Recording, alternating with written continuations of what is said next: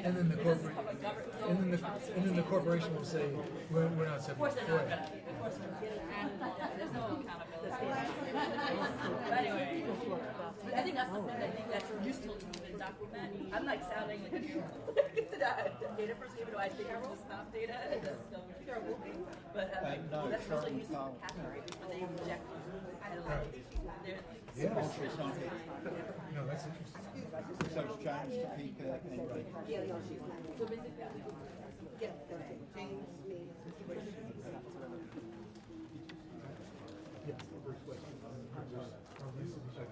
You're going to jump out for a couple No, of I'm minutes? going to say something. Okay. Yes.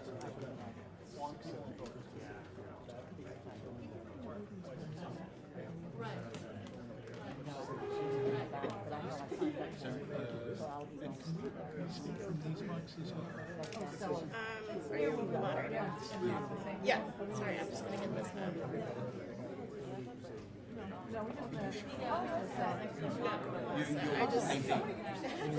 I'm just working.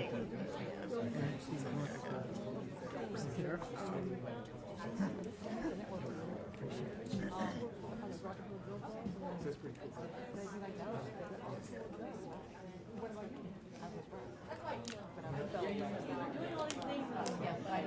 You may not know what rap is. So what's your word?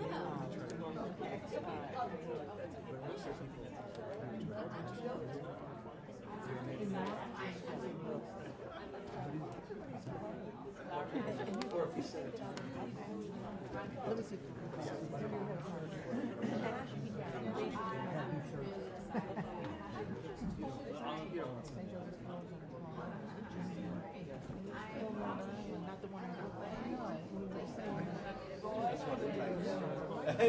That's what it takes.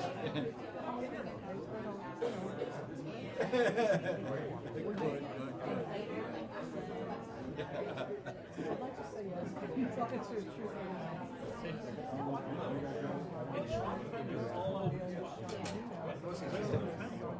Fantastic. What on? Yes, you are. I know where you are. She can do our website now. You just told me about your life. You can put it together. And for reading with, Okay. I think we've got to make a... you didn't look at it. You just spoke about just like you just said. Alrighty.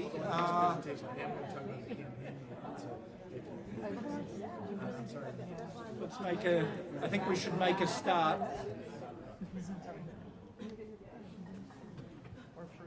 We're now that we're fashionably late, this is the time to begin. I think I have a better writing. Well, welcome everyone to this afternoon's panel on ending mass supervision, and the focus of today's panel is probation and parole, and we're really thinking about the whole footprint of community corrections.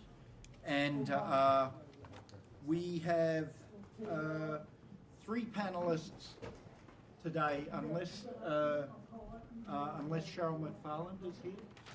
Is not here. Okay. So we have three panelists. My name's Bruce Weston, and I'm in the sociology department at Columbia and at the Columbia Justice Lab. Why don't we go in order of the program? So we have James Kilgore first, from First Followers Challenging Incarceration. Topeka Sam, who's the founder and executive director of Ladies of Hope Ministries and the director of the Dignity Campaign at Cut 50. And Vinnie Schiraldi, who's my colleague at the Columbia Justice Lab and a senior research scientist at the School of Social Work here. So why don't we begin with James? Okay, thank you very much, Bruce, and thank you to everyone for coming. You know, I'm one of these, I'm a teacher, and I really hate it when students sit in the back row. So I'm wondering if people could kind of move up a little bit so we could be a little closer rather than having to see people hiding in the corner. Is that all right? Sorry about that. There's not going to be forced marches or anything, but I appreciate having people a little bit closer, a little bit more content. Okay, so I'm going to talk a little bit about what I refer to as e-carceration, that is incarceration by means of technology.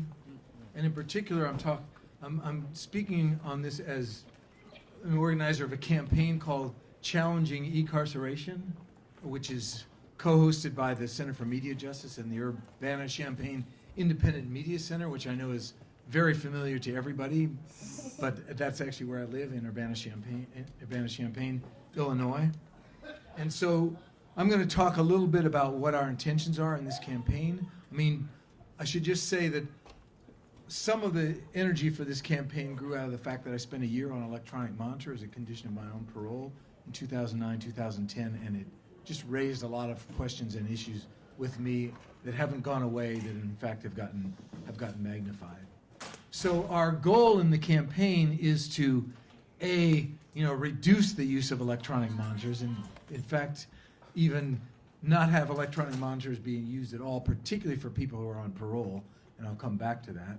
And secondly, to reduce the harm that's done when electronic monitoring is used, since we are kind of in a situation where we can't avoid its presence. So we really want to change the narrative around electronic monitoring, so I'm going to talk about 5 ways we intend to change that narrative. The first one is that the first one is, as I said earlier, I want to stop using the term ankle bracelet and start calling them ankle shackles, because they're shackles. They're not bracelets, they're not jewelry. Nobody goes and buys them to go to their senior prom or something. It's like, or their wedding, I think I'll go get an ankle shackle. No. So they're shackles. They're part of the long arm of the law, as one of the people that I interviewed called it. So, but the first reframing of it is that these are another form of incarceration. They're not an alternative to incarceration. They're an alternative form of incarceration. As Johnny Page, who spent 23 years in prison in Illinois, said when he got his device, he said, "You don't have to fight for the telephone, you don't have to fight for the shower, but you're still in jail." It's another form of incarceration. So I think that's a very important thing to recognize. And the reason that it's incarceration is not simply that you have this band around your ankle, but it's because the default position for people on electronic monitors is house arrest, meaning that you have to request from supervising authorities to get movement, to leave the house, to do anything that you want to do, and often it's difficult, even for reasonable things. It's difficult to get out of the house to go to work. It might be difficult to take your child to school. It's particularly difficult to respond to medical emergencies or any kind of thing that demands immediate action, and you have to phone the call center, and the call center has to phone the parole agent to give you permission to go. So you're locked in your house essentially, with some right of movement outside. It's no different than a halfway house. Halfway houses are carceral facilities. The second point we want to make in terms of reframing electronic monitoring is that people on electronic monitors should have rights and entitlements. When you're in prison, you have rights and entitlements. They may not be honored perfectly, but you have a right to so many hours a week of recreation. You have a right to so many hours a week of law library, so many calories per day, so many hours a week of visiting and so forth. When I was in California, when I got admitted, they gave us this big orange book. It's about 80 pages in 7-point type with all the rules and regulations. And in there, it even tells you that you're entitled to, I believe it was 4 pairs of boxer shorts and 4 pairs of socks. So you do have entitlements. If you're short socks, you can go to the guard and say, "Hey, I need another pair of socks." It doesn't always work, but it's leverage, and it's a way to also litigate ultimately if that's denied. You don't have that when you're on electronic monitor. And you don't have it when you're on most forms of parole. There's no list of rights or entitlements. You're given, typically with an electronic monitor, you're given a piece of paper with a 1-800 number on it and a few things you're not supposed to do. You can't sleep overnight anywhere else. You can't travel outside the county. If you want to do anything else, you want to move anywhere, you want to do this, that, phone that 800 number and get the permission of your parole officer or probation officer. So we believe that people should have rights to access work, to seek and maintain work, to access education programs, medical treatment, should be able to participate in family, community, and religious activities. I mean, these are things that people should be able to do when they're on the monitor without having to ask each and every time they want to do it. The third way in which we want to reframe electronic monitoring is to recognize that it's a surveillance device. That now 70% of all electronic monitors have GPS capacity, meaning that they're tracking your movement and they're recording it somewhere on a cloud. Now, we don't know what they do with that information, but it can't be good things, right? I don't think that everybody's going to say, well, I feel really good that all my movements for the last 3 years are sitting on a cloud somewhere for someone to be able to access. In most contracts, there's very little regulation about who can access that data and for what. In Germany, the law says that they have to delete that information after 2 months. In the US, satellite tracking of people, which has a very nice acronym which is called STOP, they promised on one of their websites that they kept the data for at least 7 years. And I've seen it written into contracts that the data had to be kept by 7 years. So it's a form of surveillance, and I think we have to think into the future if we look backwards and say, okay, what did a cell phone look like 10 years ago? Compared to, flipping it open and okay, compared to what it can do today. Well, let's go 10 years ahead. What kind of capacity, surveillance capacity, is a cell phone going to have, or whatever surveillance devices they're using 10 years from now, and how are we going to put some kind of controls and regulations on that? The fourth way in which we want to reframe electronic monitoring is we want to make sure that people are aware that this is part of an historical legacy of tracking bodies. In particular, it's a part of the legacy of tracking black bodies from the time of slavery. We know that when enslaved people were often physically branded by their owner as a way of tracking, as a way of keeping track of them. But there were also detailed records kept of enslaved people as property, right? So this surveillance is not new. The form changes. Similar things have happened with Native American people, tracking their whereabouts, activity on the reservation, et cetera, et cetera. All of this is part of our history, particularly focusing on people of color. Also, the tracking of immigrants. I mean, immigrants are now being tracked, and in green cards, people now have little computer chips in their green card that have biometric data in them. So it's not something new, but it's new in form, and given the advance of technology, it's a little bit scary in terms of thinking where it's going and what kinds of things it might be able to record. And the last point I want to make in terms of reframing electronic monitoring is that it poses the potential of a new form of mass incarceration, and that is incarcerating people in their homes and communities. Because when we talk about decarceration, oftentimes we don't talk enough about when people are let out of jail or when people are let out of prison, what happens to them next? And clearly decarceration can take place, so-called, but people can be put into their own homes and incarcerated there. And this can, so it can be a money saver for the state, because what happens when you're locked up in your house is you get to pay. You get to pay a daily fee. We've seen user fees ranging from $4 to $35 a day for people on electronic monitoring. We've talked to people who said, I was paying more to rent my ankle shackle than I was for rent. All right? So this can be a way in which we relocate the sites and the responsibilities for incarceration from state facilities to homes, to households, to communities, to the very communities that have been attacked, that have been decimated by mass incarceration and mass criminalization. So we want to make sure that we understand what the potentials are for this technology, and I think it's important to recognize who owns these monitoring companies. It's the GEO Group, the biggest private prison operator in the U.S. These and Securus Technologies. Are people familiar with Securus? How many people know what Securus? Right? They're the prison phone company, prison phone profiteers that dished out over $1 billion in kickbacks to departments of corrections in order to secure their own profits from prison phones. These are the people that control the biggest electronic monitoring companies. Can anyone imagine that they're going to try to limit the use of this, that they're going to try to reduce the cost of this, or the extent to which the user pays for this technology? So the potential for that is quite scary in the context of debates and discussions around decarceration.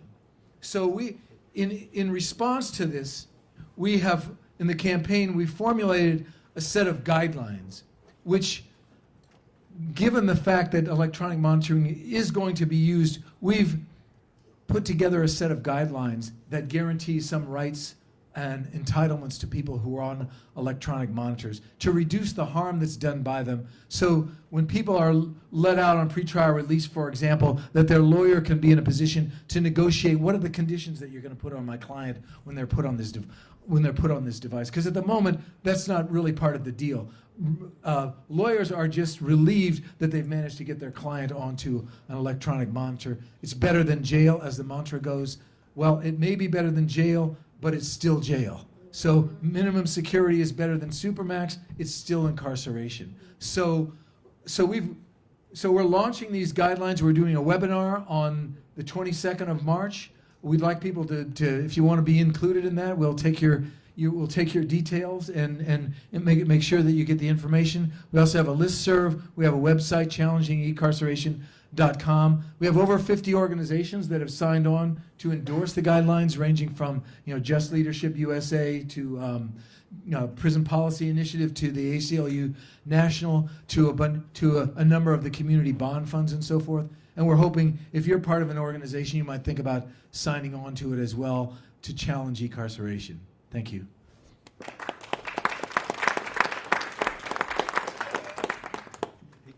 Thank you. Good afternoon, everyone. Thank you for being here. So I guess my way of coming into this work on probation and parole was through my experience on post-incarceration after I was released in prison in 2015. And so when I was released out of the halfway house, at which point James was talking a lot about the ankle shackle, and I had the experience of being on the ankle shackle a month before I was actually going to go into supervision. And James said a lot of things, but it was suffocating for me because it made me feel like I was handcuffed all over again and right back in prison. And so when I got on supervision in November of 2015, I ended up having a probation officer who was very supportive. She actually understood the work that I was doing. I was very transparent in wanting to help formerly incarcerated women and girls. And so she supported. Any travel passes I had, she signed. Anything I needed to do, she was just extremely supportive. And then all of a sudden, well, it's not a bad thing, she was being with child. And so she ended up being transferred into another office, and I ended up being transferred to another probation officer. At which time, she was aware of all the work I had been doing, but felt that I need to start all over again with her getting to know me, so she started putting these different stipulations on me. And so it was, going back and forth, and I knew that what she was doing wasn't correct because of the other probation officer I had. And the more and more I went on Facebook and would be talking about, the things that were happening, more people around the country were saying, hey, this is happening to me too. And so I had an experience where they ended up stopping my travel completely because the supervisor of my probation officer said she felt like my movements was reminiscent of a drug dealer, and that she wanted to investigate everything that I was doing in order for me to have permission to travel again. And so they canceled my travel. And I said, all right, well, what's the chain of command? How long is this process going to take?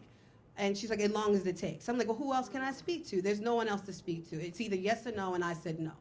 So I said, all right, I understand, systems, and I understand that everybody has a boss. And so I was introduced to a social worker for the Federal Defender's Office, Vivian Guevara, and she introduced me to Sylvia Levine, who was a federal defender.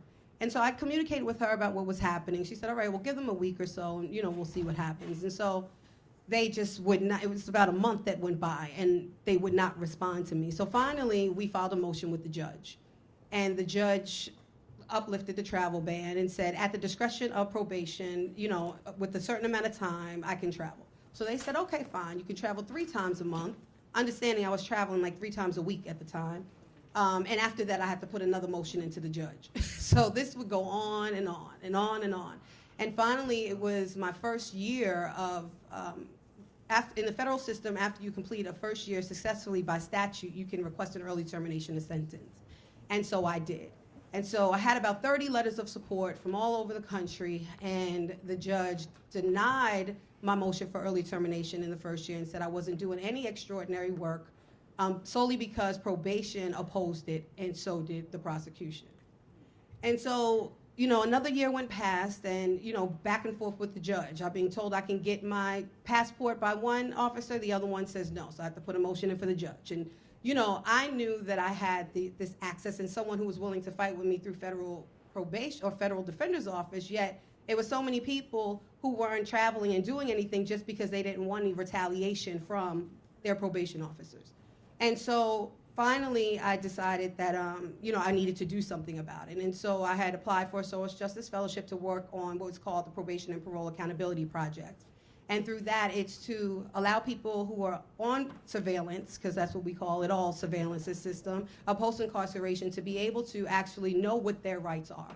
And so that you can actually hold these probation officers accountable when they're doing all this arbitrary nonsense with no accountability. And so, when a person feels as if maybe they might get something written up on them, they may think twice before they do it, right?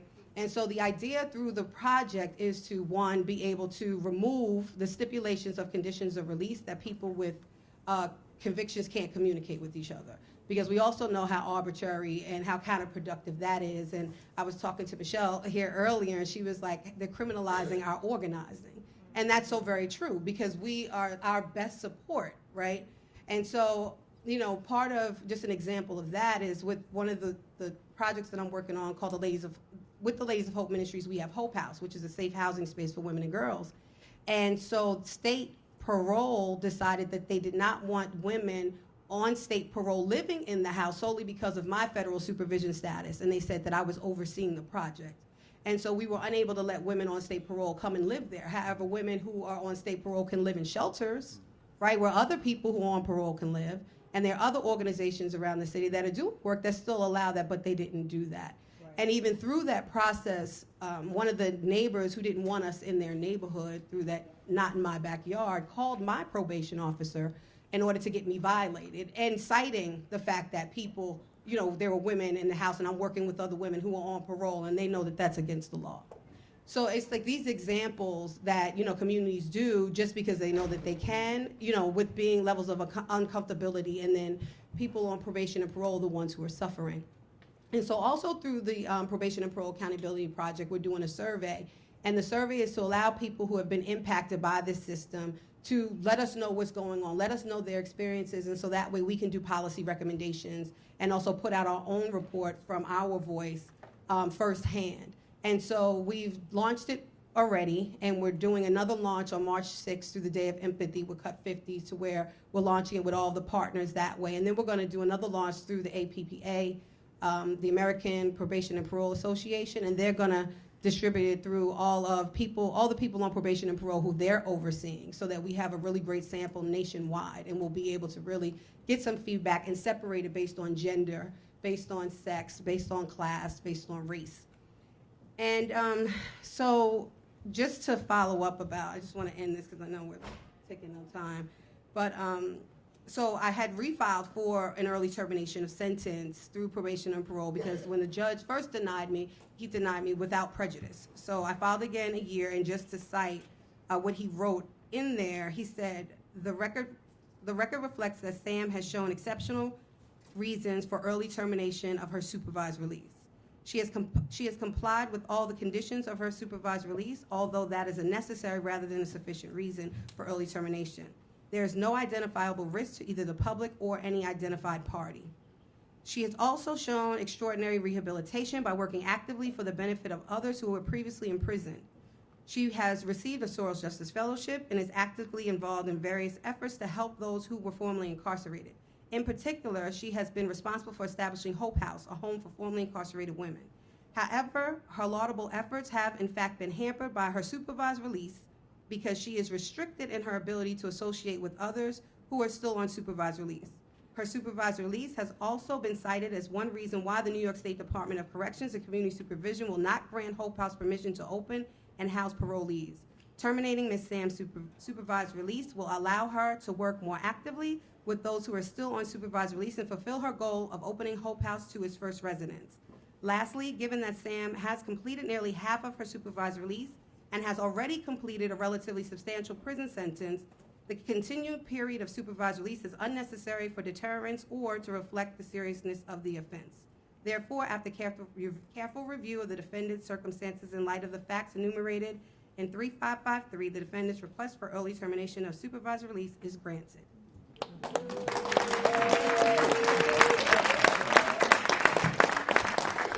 So, we were really excited to receive the judge's opinion on this because we can actually use this opinion for other people in order for them to file their early termination as it relates to us doing the work and the work that we do to help to support one another. We're also really excited because, I'll be a part of James' webinar on the 22nd. We do a lot of work together, of course, for obvious reasons, but we'll also be doing some storytelling through people who have had the experiences, as I did and others on probation and parole or federal supervision, to share that nationwide so that we can help in changing the narrative and ending this mass supervision. Because once you've done your time, in our opinion, you've done your time. You do not need to come back out and continue a sentence of post-incarceration, which in fact is sometimes even more difficult than the time that you've actually spent in prison. So thank you. Yes. So mine's not going to be as cool as that. By saying that. I'm Vinny Schiraldi. Bruce and I co-direct the Columbia Justice Lab. I'm also here at the School of Social Work. And I was Commissioner of Probation in New York. Whoa. I was Commissioner of Probation in New York City for 4 years. And then before that, I ran the juvenile justice system in Washington, D.C. And that actually, interestingly, compared to the adult system, that may be the equivalent of both the parole board and the parole agency. They called it aftercare, but that's what it was. And so I'll talk a little about New York City. I'm going to tell two different New York City stories, one about probation and one about parole, just to give you a little bit of history without driving you crazy. Probation and parole were both established in the 1800s. Probation in Massachusetts, parole arguably in New York. And they were both meant to be sort of individualized ways of either diverting people from prison, that's what probation was meant to be, or getting people out early because they had programmed and done well. That was what parole was supposed to be. Parole can sometimes mean two things to people. One is the act of being paroled, going before the parole board and being released. The other is being on parole. There's a whole bunch of other names for that right now, conditional release, probation in the sense of federal probation. They call everything they do probation, but it's really parole. But that's the difference between probation and parole. So I ran probation for New York City, which is a county function in the state of New York. Parole is a state function in the state of New York. I'll tell you a little about what's happened to probation. Bruce Western ran an executive session at Harvard where a bunch of people who were researchers, formerly incarcerated people, then Martin was on it, former or current commissioners got together, talked about what we could do to make probation and parole suck less. I wrote a paper on this, a bunch of other people wrote other papers.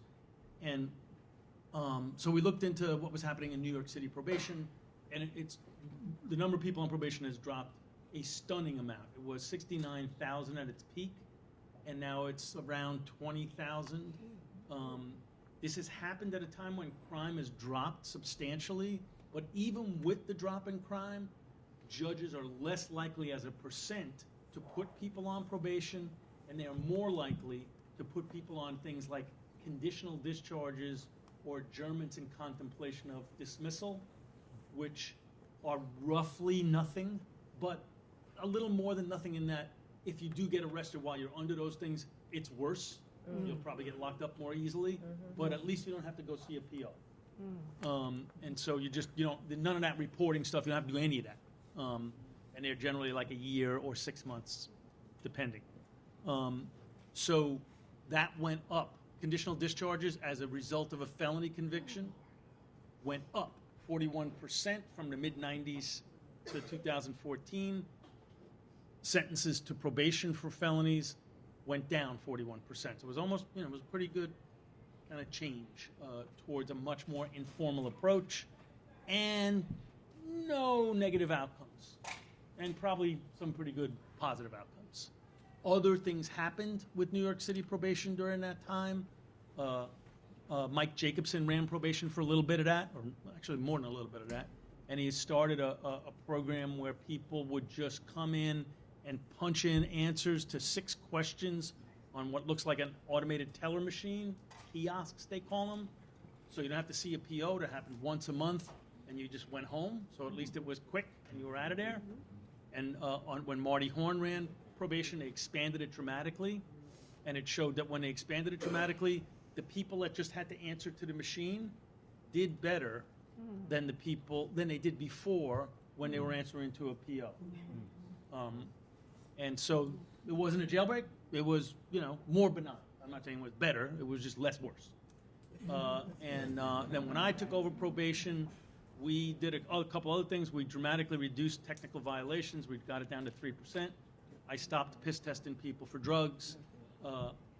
We increased early discharges 6-fold. So people were almost never getting early discharges before.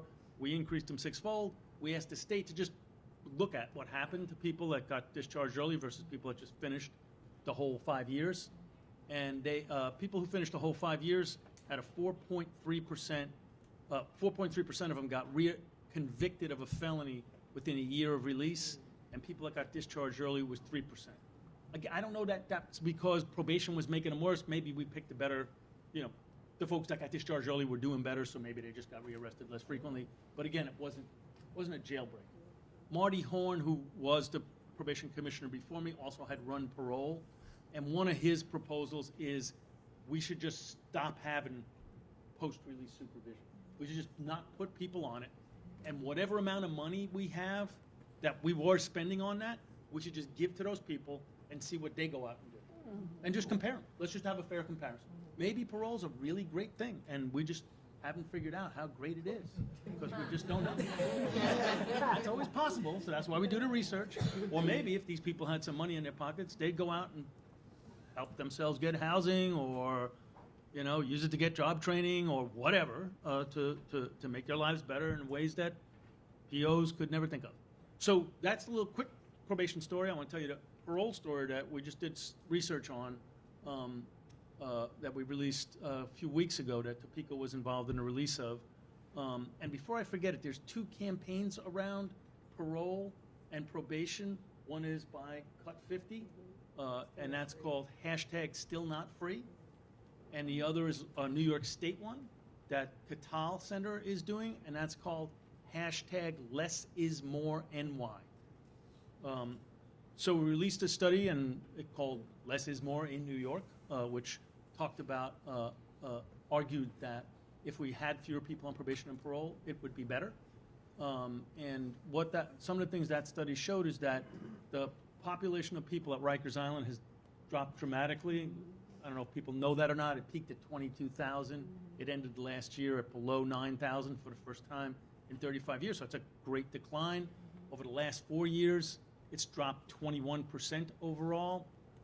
And all of the different populations in it have gone down. So people locked up for violent offenses pre-trial, people locked up for nonviolent offenses, people locked up for misdemeanors, and people sentenced to Rikers are all down double digits.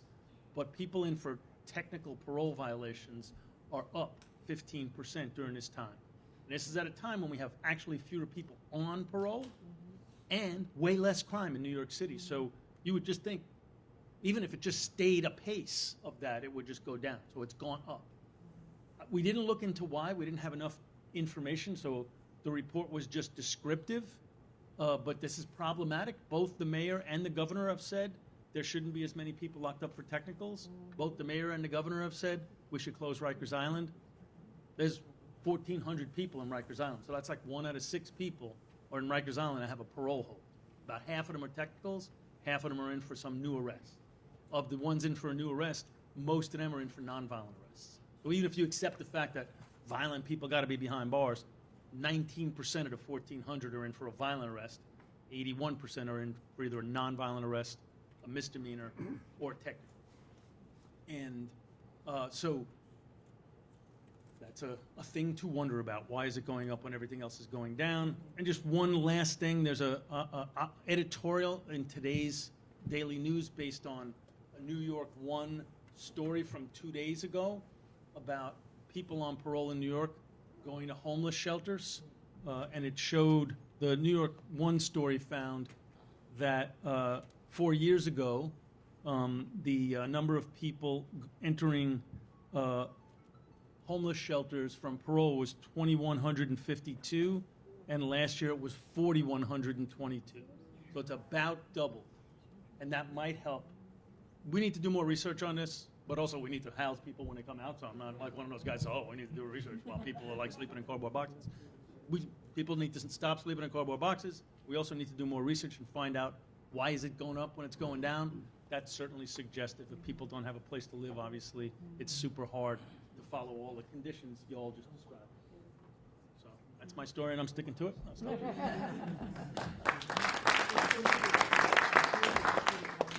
Okay, so I want to pull out a few different threads from these 3 excellent presentations, and then I want to ask a few questions of the panelists, and then I'll open the floor to you all for questions. And so I took away sort of 3 ideas from the presentations, and one is historically, right, probation and parole were conceived as these were rehabilitative measures that were developed in late 19th, early 20th century, and the whole objective was to promote people's social integration back into the community after they had come into conflict with the law. Parole and probation that we have today is fundamentally supervisory. It's a surveillance. It's a surveillance bureaucracy, and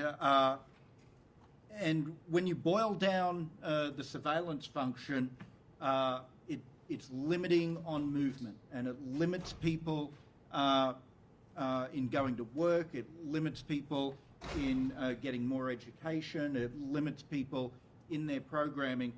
So it winds up having exactly the reverse effect from which it was historically conceived to do. It's not promoting social integration back into the community, but preventing it, because it's transformed into this surveillance authority. Second thing I take away is even more than incarceration, it's an intensely discretionary form of surveillance. There's a person that you report to who makes decisions about what's happening to you. You have to report to a PO, and they have very wide discretionary power, and that opens the door for good active work on the part of imaginative and energetic and not overworked POs, but it also opens the door to bias and abuse and neglectful treatment and simply overwork on the part of POs who have very very full caseloads and very few resources. And then the third thing I take away is that it lengthens time, and through violations, revocations, reincarcerations, original sentences can get spun out for much longer because of this system of surveillance. So my first question is for James. And I loved the work you're doing and the presentation at a bunch of different levels, and the idea of developing guidelines, I think, is a fantastic idea. And this seems very new to me, and I don't know of other efforts to really think about electronic monitoring in this way, and I think it's brilliant. So my question for you is really just an empirical one. What's going to happen? What's the future of electronic monitoring? Is this going to be the default for probation and parole supervision? Is everyone just by default going to go on some kind of electronic monitoring, or what do you see as the future of it? Well, I think it's very difficult to say what the future of it's going to be. I mean, I think a lot of the issues around decarceration are in flux. They're being contested at the moment. When I think about that question, I try to pretend that I'm George Zoli, who is the CEO of the Geo Group, and what I would be doing to increase the marketing for this. And I mean, I would say that the biggest market for electronic monitoring is the 4.6 million people who are under some kind of supervision, and maybe it's difficult to say exactly how many are on electronic monitors because there's very little data that's available. I mean, the feds collect some annual statistics, but half the states don't report, so they don't really have a figure. I mean, it could be 50, 100,000 people, but I mean, out of that 4.6 million, it's nothing. So that looks to me like a ready-made market. Yeah. But I think we also have to consider, if I'm putting myself as George Zoli again, I think there's other vulnerable populations where you could make a case for people with histories of mental illness, histories of substance abuse, maybe people who are accessing public benefits. We might want to know where they are and where they're spending that money of ours. So I think it's really, I mean, some of these things may seem a little paranoid, but nonetheless, I mean, that's what they do, right? Probably, 25 years ago, we wouldn't have thought of private prisons having as big a piece of the market as they do, although it's still relatively small. Or but none people on probation and parole either. We wouldn't have thought of that. Right, exactly. So I think there's, and I think one other thing is that devices can be programmed with exclusion zones. I think people are aware, particularly people who have sex offense convictions or people who are alleged gang affiliations. I mean, they're barred technologically from going to certain parts of the town, of the city, and the alarm goes off if they go into those places, and sometimes they have to go, around the barn to get, to go from point A to point B. So to me, that creates a whole potential for the reorganization of urban space. I mean, when you start looking at putting vulnerable populations, I mean, everybody's got GPS devices on them on their phone. I mean, people can have these things programmed to say where you can go and where you can't go. I mean, I lived in South Africa, as I said earlier, during the apartheid regime, and during that time, in the transition, and, black people had to carry passbooks. And the police posted up around town, stop people and say, "Where's your passbook? If your passbook wasn't stamped with your permission to be in that space, you went off to jail." Well, we can do that now with technology, and I think, we already see what gentrification looks like. So I have this term e-gentrification. Let's make sure that doesn't happen. So it's a bit of a long answer, but I think there's a lot of potentials, and I think we need our minds to run a little bit wild because there's money to be made in this. Yeah. So my second question is for Topeka, and I found your presentation to be completely gripping and inspiring, and just as these surveillance authorities are limiting on work and education and so on. I took from your presentation that it's also limiting on political activity and you fulfilling a role as a politically active citizen, and it's limiting on citizenship in that way. So to take a leaf from James's project, what guidelines would you want to see that would enable politically active citizenship while under supervision? And I would include not just community corrections supervision, but also incarceration as well. What would we ideally like to see? What guidelines would we like to see for people under correctional supervision that would enable their political activity, enable them to be, politically active members of society? I mean, I think just organizing, having the ability to organize yourselves, organize each other, and organize against the system that has already oppressed us. I know that even when you're incarcerated, you can't organize. They'll throw you in the shoe for that. Special housing unit, for those who don't know what the shoe is. So then when you come home, it's the same thing. I was talking to someone about us doing a standout, for example, and they're like, no, I can't do that because, if probation finds out, they'll violate me. And I'm like, for what? People don't really understand that we do have these rights and we are able to still move about, and they just don't know. So I think that it's important when you think about guidelines, you also have to think about, rights. People need to know what their rights are and what guidelines that we can put in place on those systems that are already oppressive. For me, it's always about levels of accountability, and that it should not be just one way, one-sided, right? The idea for me is when a person goes into probation or parole, that not only will we get what's called an intake packet when you get there, and you're given this, you have to fill out these probably 10, 20 pages about whatever they ask you. And I feel like at that time, I want people to have this guide given at them the same time, the Know Your Rights guide, so that both parties understand what are required of them, how they can both be held accountable. So if I'm not doing what I'm said I need to do while on probation or parole, nor is the person who's the supervisor, right, the probationer, not doing what they're supposed to do, then we both understand the responsibilities.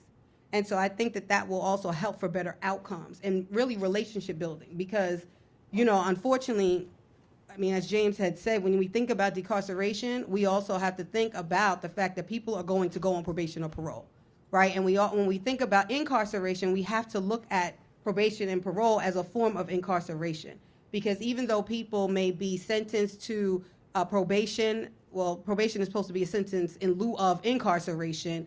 As Vinny said, in federal system, probation is in addition to your incarceration. And these systems are interconnected. DOCS for the state oversees probation, right? Or parole, DOCS oversees parole. So the funding is still within the same pocket.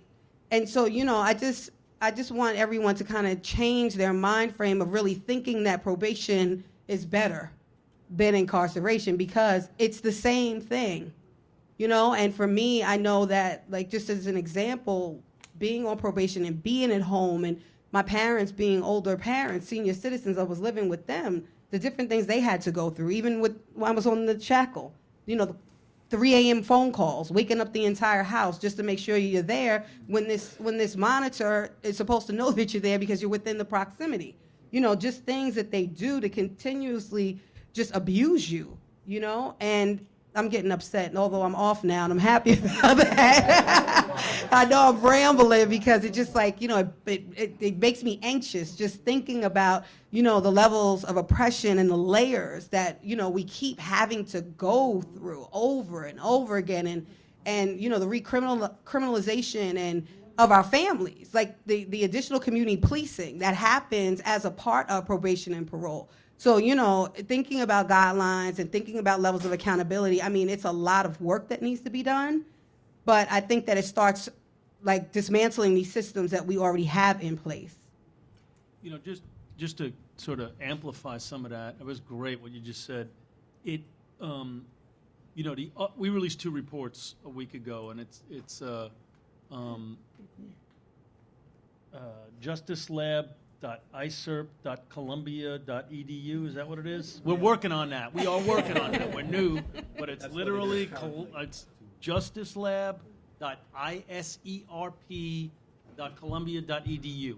The other report was called Too Big to Succeed, and that was a national report about probation and parole, and it showed a 4-fold growth in probation and parole, while incarceration grew about 5-fold. So these things that were originally designed to be an alternative to incarceration have absolutely become an add-on and a tripwire to incarceration. So you're not free while you're in them, as James pointed out, and Topeka, but they're also a funnel back into incarceration. And the recommendations we make, and I really am struggling with this. We struggled with it on the executive session. I struggle with it in life, and I think the field needs to struggle with it is, are we fixing this system, or are we, to what degree are we obliterating this system?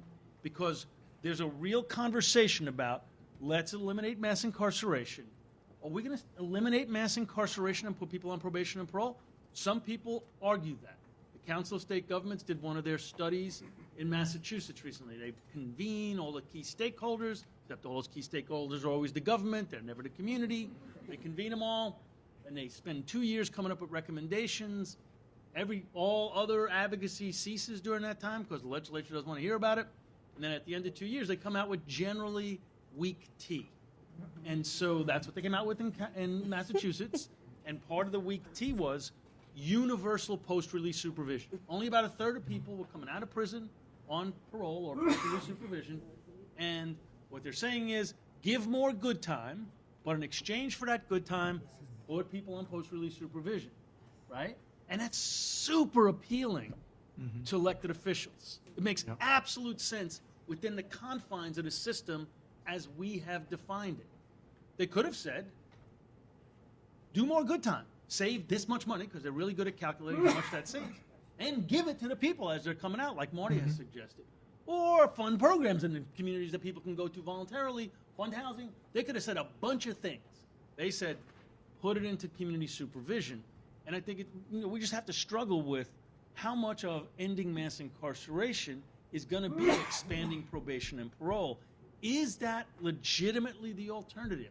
Is there anything in our experience that leads us to believe, or any data or any research, that that is a good idea? No, there isn't. Let's obliterate it. I mean, I'd say let's obliterate it. That expanding probation and parole is just repackaging mass incarceration again and again. And we talked this morning about carceral humanism. We talked about making this look like we're putting forward gentle options. We're putting forward mental health, lock-up mental health facilities, gender-responsive institutions. No, that's not ending mass incarceration. That's just shuffling the chairs on the Titanic. So I want to ask Vinny then, and I agree with that. And so I want to ask Vinny then, what are the real frontiers in this reform debate? Should we be talking about expanding these very low-level dispositions like adjournment and contemplation or dismissal, like you're thinking? Should there be something even less than that, like things should be knocked down to a violation and there's no reporting requirement at all, and that's the end of it? Should we be thinking about eliminating revocations for violations of technicals? Or should we be advocating for the Marty Horn plan, where we just give people the money? There's no post-release supervision, and we give people the money. So, what do you see as the main frontiers of reform on this? Yeah, so like New York's a good example.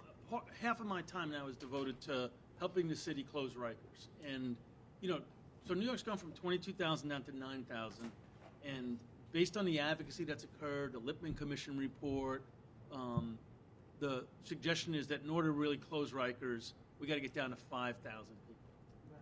Yeah, 5,000, New York has substantially rethought the role of jail in a U.S. city. It looks much more like Europe at 5,000 than it looks like the rest of the United States. And it's super tempting for all the people in the system, right? The judges, the prosecutors, the defense attorneys, the government people, to tweak the system and make it better from a government standpoint, gaining input from people, but still controlling that discussion. I would love to really see if we could consider a way to say how many people typically are in Rikers from Brownsville or from South Bronx, and what would it look like to engage the South Bronx or Brownsville in a conversation with community stakeholders that live in that neighborhood, including people that have been locked up and have had trouble with the law, in a conversation about, all right, here's what the folks from your neighborhood that get locked up look like. Here's the data on what kinds of issues they struggle with. Housing issues, mental health issues, substance abuse issues, employment issues, and here's the crimes they committed. What do y'all want to do? Because this, like, people in the courthouse, judges aren't getting bugged, right? It's the people that live in those neighborhoods that are getting bugged, or having people sell drugs on the street corners. I kind of love to see if we can drive the conversation from a different place. So, for example, one example it's always enamored me. There's 5,000 people that go to CUNY living in public housing, which means that there are 5,000 people that know how to grow up in public housing and go to college. Something that generally a PO doesn't know, right? My POs didn't know that. They didn't. Some of them might have, but a whole bunch of them didn't know that. So, like, could we pay some of those students that are in CUNY, instead of contracting with nonprofit organizations that are centralized and distant from the neighborhood, to supervise people on pretrial release, right? Because that's what the city just did. We expanded supervised pretrial release by 2,000 slots, if you will, and it cost tens of millions of dollars. I think it was like $30 million. Could we have funneled that $30 million into the 5,000 people living in public housing to remind their neighbors to go to court next Tuesday?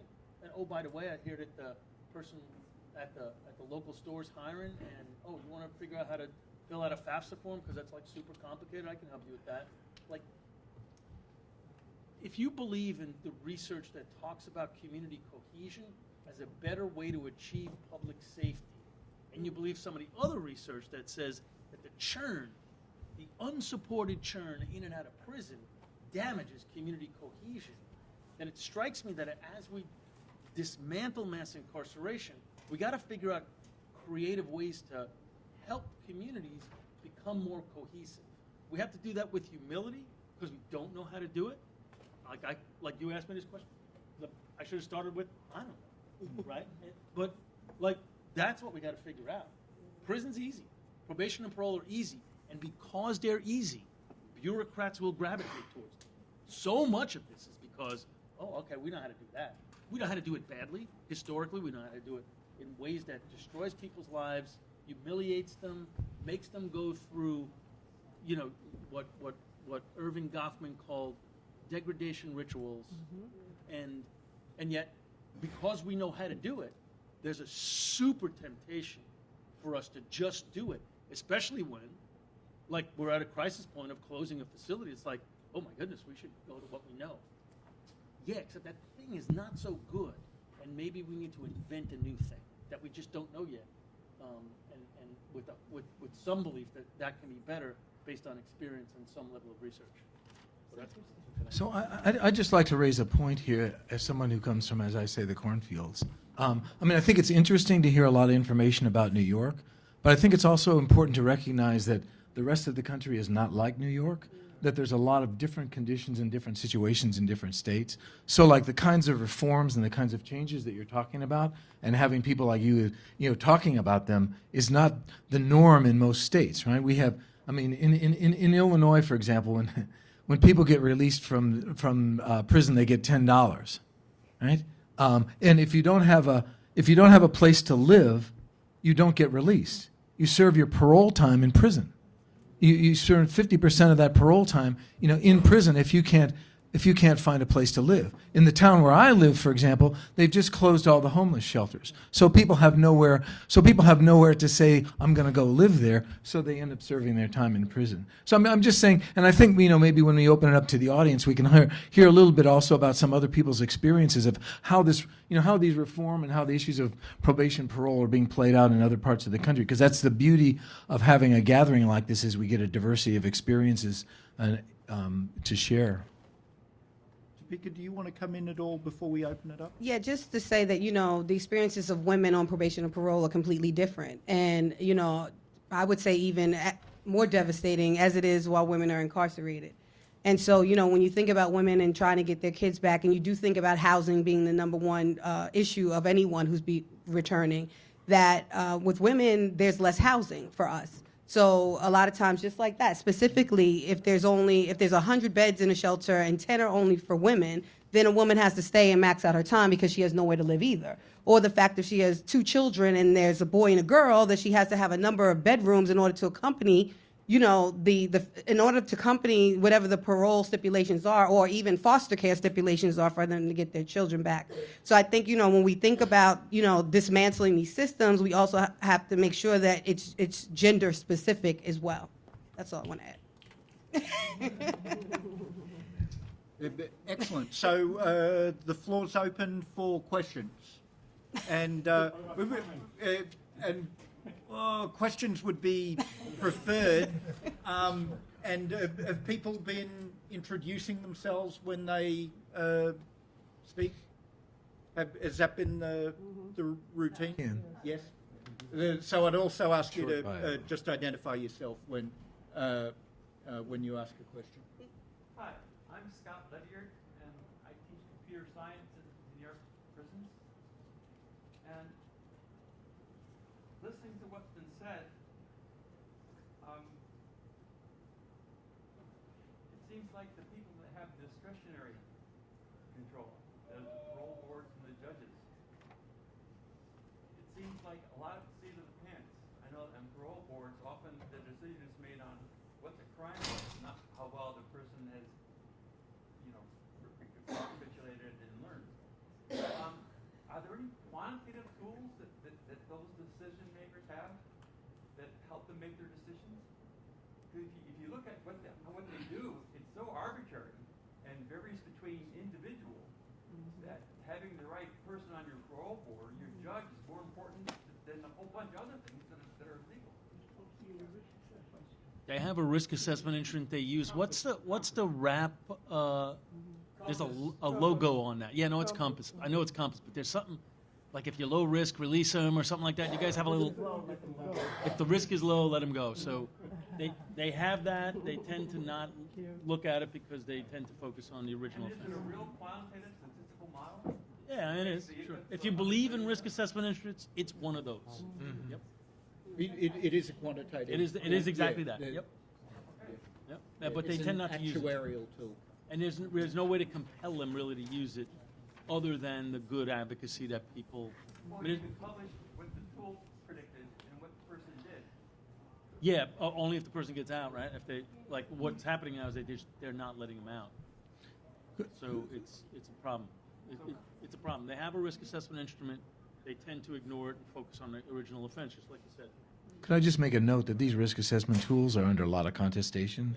They come from algorithms, and a lot of people are, accusing them of racial bias, which I think is true. And although they don't overtly ask race, there's other factors that they often take into account. So I don't think we want to unpack that whole discussion, but I just want to footnote that. Is that a vector to But even with that, they ignore them.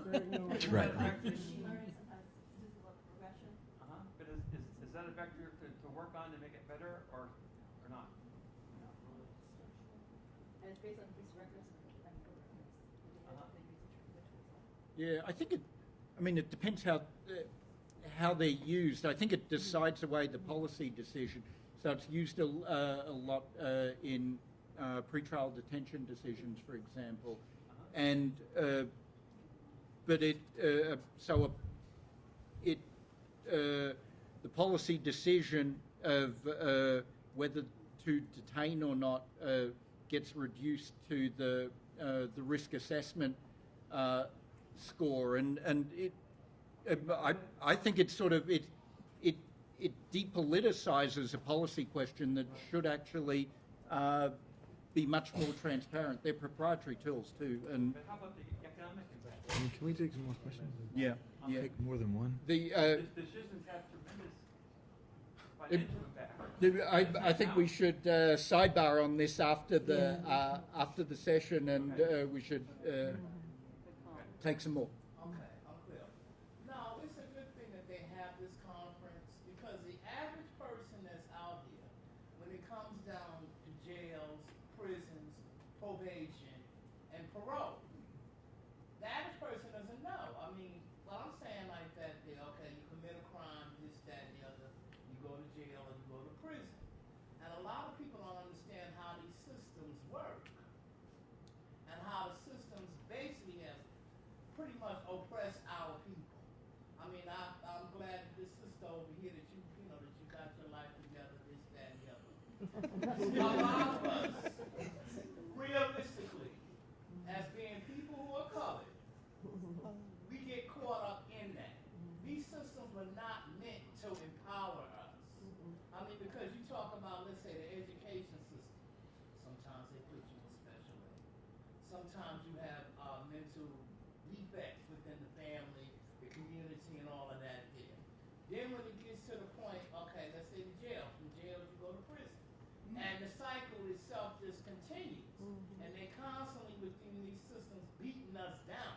And it's not just a black thing too. I see poor whites, it happens to them too. And this society more or less sets these things up for people who are colored and unfortunately people who are poor. As I'm learning now and trying to, let people understand the whole consciousness of how these systems work for people that are disempowered. And it's good, like I said, that they have this conference. So some people can understand how parole and probation is. Like even the case with O.J. Simpson. I'm saying too much, but I'll speak on it anyway. This is my viewpoint. Okay, granted all of that there, now he's on parole. He still got to answer to the man. And the man is not that nice. They tell you what time you can come in, who you can date, who you can see, this, that, and the other. And it's a good thing that y'all more or less brought down how parole and probation works. You're still answering to the system, and these systems are not nice to people, especially people who are colored. That's just realistic. And it's good that y'all on the panel and y'all speaking about this, and hopefully people within society will find empathy within themselves and some type of sympathy and see how it works. Because through the grace of God, there go I. Somebody else is Thank you, thank you. black or white or Spanish. Basically being poor.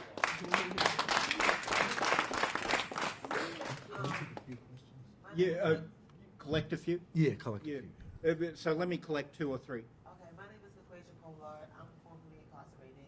I've only been home for 4 months, and I'm currently on parole supervision. And this question is really for James and Topeka. I understand that y'all have your own experiences on a federal level dealing with probation.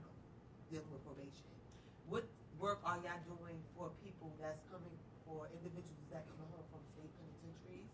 Like for me, I'm a level 4, supervision 4. That means that I only report after my first 8 weeks. I only report every 4 months or every 3 months to a parole officer. So with that being said, like what are y'all doing, y'all work that y'all doing for people that are on the state level coming home that's on my level? Why should we have, basically I'm really not supervised. So why do I have to see in May my parole officer when I'm really not supervised? So what work are y'all doing towards that? Well, I would say that I think it's the system is set up for you to think that you're really not supervised, right? I know, because you I are, am. right? So let's be clear there. Right, I am. Although you may report every 4 months, you are still being supervised or surveillance every single day. So that's one. Right. But I would say, like, for the Parole and Probation Accountability Project, we're doing focus groups with different people, which our focus group will be coming up in April for people in both New York state system and the federal system to talk about what guidance is or what recommendations for accountability practices that we think should be in place. So that's one thing as far as this guide is concerned. We're bringing both systems together because we feel that, I mean, even though it's separate systems, meaning state, federal, it's still the same thing. So, I mean, I live in Illinois, so I do a lot of work with people in the state. And people in Illinois typically come home and get put on electronic monitor, and they're only allowed out of the house Monday, Wednesday, and Friday. So we're trying to contest that and gather a lot of stories of people who've been on monitors. But I mean, in terms of New York, I don't live here, so. So as I mentioned earlier, there are 2 campaigns on this. Still Not Free is the national campaign. Less is More, NY is the New York campaign. The New York campaign will be filing legislation in April. That will include things like shortening terms of parole, allowing people to, actually not allowing, but requiring that people get time off, like you get time off in jail for periods of time when you don't get a new conviction, requiring that people have a hearing before a judge before they get revoked on a technical. Right now, probation, you would have to have a hearing. Parole, they can just put you right back in. And then capturing some of the savings, because that would save a considerable amount of money, and putting them back into housing, education, employment, treatment. So, Catal Center and hashtag Less is More NY. I'm Steve Finkelstein. I was released about a year and a half ago for a nonviolent, non-sexual, non-drug offense, and I've been on parole for the past year and a half under the worst possible conditions. I've been wearing a GPS monitor for no reason. They give me many different reasons, and I've been in 3 different parole bureaus subject to the most draconian, vindictive, retaliatory processes. I make a request, a reasonable accommodation request. Next thing I know, I have to report every week on strip search when I come to the office. I make a FOIL request, similar things go on. Okay, and I think we all know what the problem is. They do it because they can do it, and we're not stopping them from doing it. Okay, and I think the 2 ways to stop them are both judicially and legislatively. Now, I've found numerous lawyers that will help me, because the only thing parole listens to is legal action, but these lawyers will help me at $500 an hour. Now, I recently came across, I was going to give you a call, I recently came across this parole accountability and something project, and so I called the Open Society Foundation, and they know nothing about it. Interesting. Okay? I know. And I was going, oh, by the way, you should plug your Wednesday lecture, please. I'm going to be giving a lecture Wednesday. On this. And what time? Do you know? It's about 12:15. I can look it up, but I mean, I don't have a commitment to memory. So, first thing is, there needs to be organizations like that will provide legal assistance to people who are being abused by parole. Yes. Okay, and I mean, why is it the open? Why are they saying they've never heard of it? I have no idea, and I'm a fellow this year. Yeah, I know. So that's, I'll have to find out why they told you Yeah, I'm going to give you a that. call about it. And the Thank other thing is, legislatively, as Vin said, I mean, I've had a friend who was a probation officer. Before he could violate someone, he would have to go before a judge. And when I say a judge, I mean a real judge, not an ALJ, a real criminal court judge, to violate someone. Whereas parole, a PO, well, technically, the SBO has to sign the warrant. But that's just pro forma. Just put it in front of them, okay, can lock you up and then worry about it later. Why haven't we had a campaign to get someone to sponsor and co-sponsor legislation that will make it the same as for a technical violation, you've got to go before a judge and get a warrant. That's So this those are year. the two. That's this year, and that will happen. That legislation will be sponsored in April of this year. Okay, and also we need legal assistance for people, I mean, like me. Yeah, we're working on that also. We're getting a network of lawyers together that'll help to do the same thing that they did for me, for people in both states. Okay, we got about 9 minutes left. Why don't we? If you look that way. 10 minutes on that one. So why don't we actually collect 2 or 3 questions, and so let's go 1, 2, 3, 4. Thank you. I really appreciate what Professor Shiraldi brought to the panel. But I also want to ask, when you cite a report or research by like the Council of State Governors, shouldn't we also question who funds this research, this 2-year research, and what if they have a conflict and they have financial investment in the incarceration system? That's, yep. I got a lot of questions. I'll just read them off to you. You can answer what you want. I'm 14A 1179. How would you do away with host? And A bit louder, please. how would you do away with post? What's What would be the Post first step supervision. to get post out and put split into that rather than post? That's like two whole bids right there. Like, if you got a 3 and 3, you know, it's like 6 years of your life. But when it comes to, like you're talking about the surveillance, the microchip, the GPS, I mean, like, I'm a Christian, so as being on, you know, I'm scared of the mark of the beast. So you say you get in trouble, and now they're gonna make you take something, or put a chip in you somehow, to surveillance you. Is there anything you can do to stop that? And the petty things as far as the drug test, being on parole, getting drug tests. When you get if you get a prescription for marijuana, you know, because the state and federal is 2 different things, but you can get a state prescription for marijuana. So if you have a prescription for marijuana, can parole still violate you for that? But you have a prescription, so how does that work? And as far as people getting arrested, when you get a cop who don't like you, they arrest you all the time. Why does parole look at all your arrests, not your convictions? You have a whole lot of arrests, but no convictions, no pleas to anything. They just arrested you. So they're looking at your old rap sheet that can be like this, but nothing really happened. You're not pleading out to nothing, but they're still looking at all your arrests, not your old convictions. So that messes up your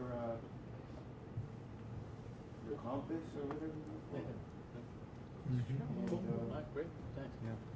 But maybe we should stop, because we probably not going to answer all of them. We have 2 more questions. Let's And we take got a 2 question. more, Get yeah. off post. Get off post. All right, my name is Andrew, Anti-Racism Coalition and Project Rebound. So I normally work with students, and some of my students are on some sort of supervision. And I have one in particular, she's on supervision, and she's a McNair Scholar. And she's afraid to even apply to any R1 university that would be able to, where she can go ahead and do some PhD program after her undergrad because of post-release. Do you have any tips or some ideas that I can help use in applying this and trying to, cause I'm down for a fight. I'm formerly incarcerated. I'm ready for the fight.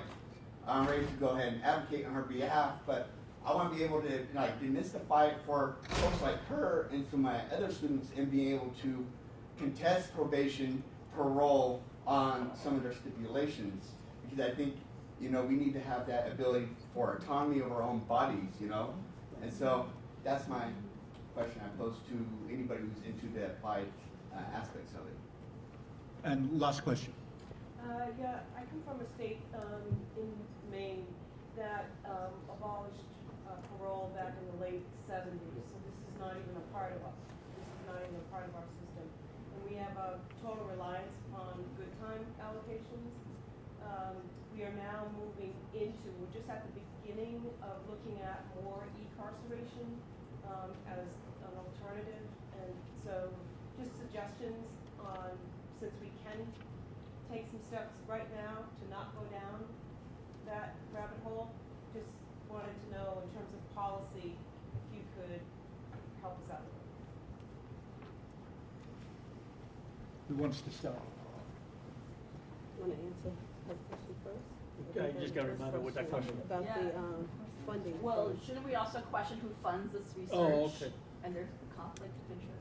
Yeah, I mean, mostly they get paid by the government, and I think the conflict there is the desire by the governor and other leading officials to control the nature of the debate and the discussion, and to sort of keep it amongst a small number of elites, and not allow 1,000 flowers to blossom, so that at the end there's nothing profound that comes out of it. It's all a sort of very small incremental changes. I want to just answer two other things real quick. One is your question, sir, about, I'm happy to talk to you offline about advice, by the way, but just to quickly go to two things. One is, I think the advocacy community is blowing it on this issue.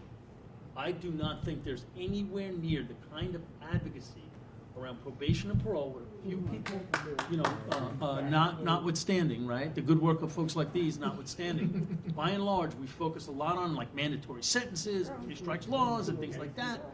But we've let parole and probation take a pass, and so that really, all your questions, I think, fall under somebody needs to pay attention to this from a policy level and an advocacy level in a way that starts scraping away a lot of the things you asked about. So, you know, I don't want to go into each one in particular because it was just a lot and we don't have that much time, but like what you just said needs to form the basis of a sort of policy campaign to advocate around probation and parole.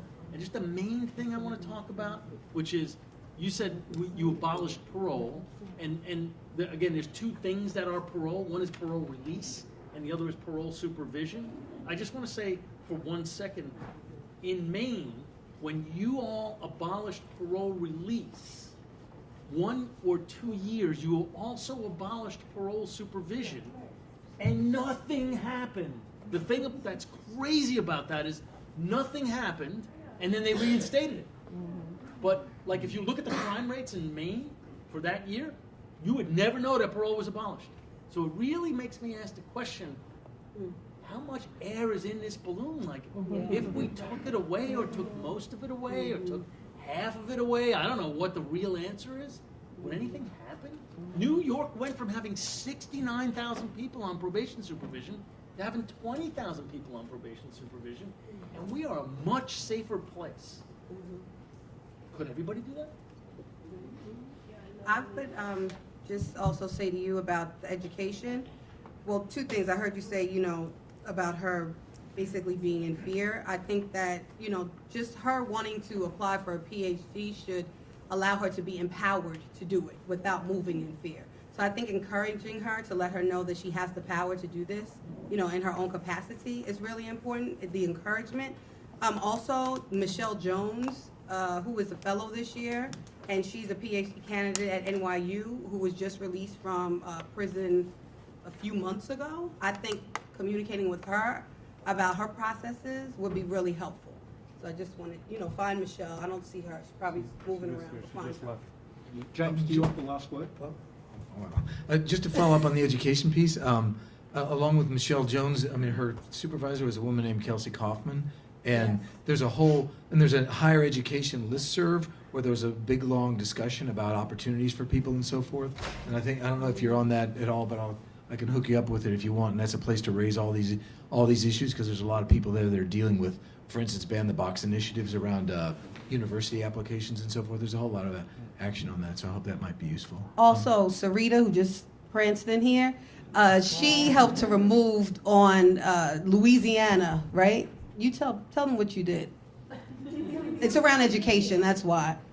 We removed the question off of the college application as it related to criminal history for purposes of admission in the state of Louisiana. So Louisiana was the first state to remove this off of applications. Legislatively, talk to her if that's something you're interested in doing. In California, we don't have Oh, it's California, okay. So could I just talk about the... California is not legislated, so it's basically if someone comes into office that wants to put it back on, there's nothing to stop them from putting it back on. It is the same way in New York and other places. So when I decided to go to college, the provost that was there at the time didn't let me in, but the new provost was like, okay, yeah, you can come. So it shouldn't be based on who's in power at the time, whether you can apply to school or not. So could I just respond? Could we talk about afterwards about the electronic monitoring in Maine? Because there's no evidence that says that it works. And if there's anybody else also who's been on electronic monitoring, I know you are, or who has had a loved one on electronic monitoring, we'd really like to talk to you because we're trying to capture stories because stories speak volumes in terms of getting rid of this technology. Don't forget, 12:15 this Wednesday. Down in the basement, CO3 or something. Come see me, I'll sign autographs. What's the format going to be? Like a 45-minute extraordinarily dull PowerPoint that will explain just pretty much what I said today, followed by 45 minutes of questions. Ending mass supervision, probation, parole, and surveillance. Give them a hand, y'all.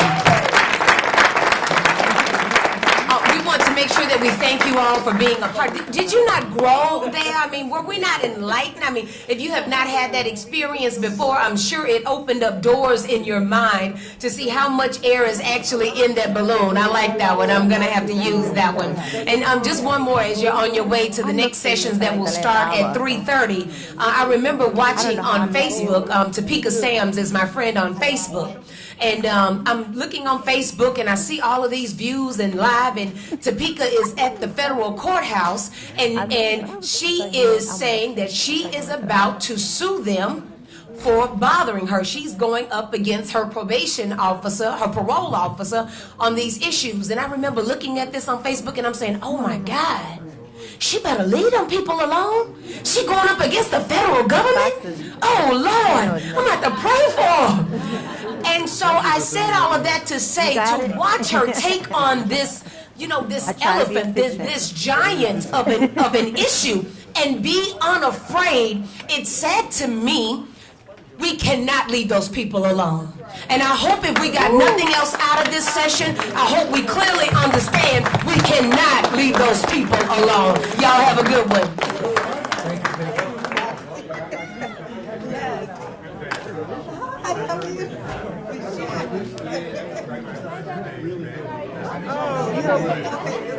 Victor and I were talking about you saying hi.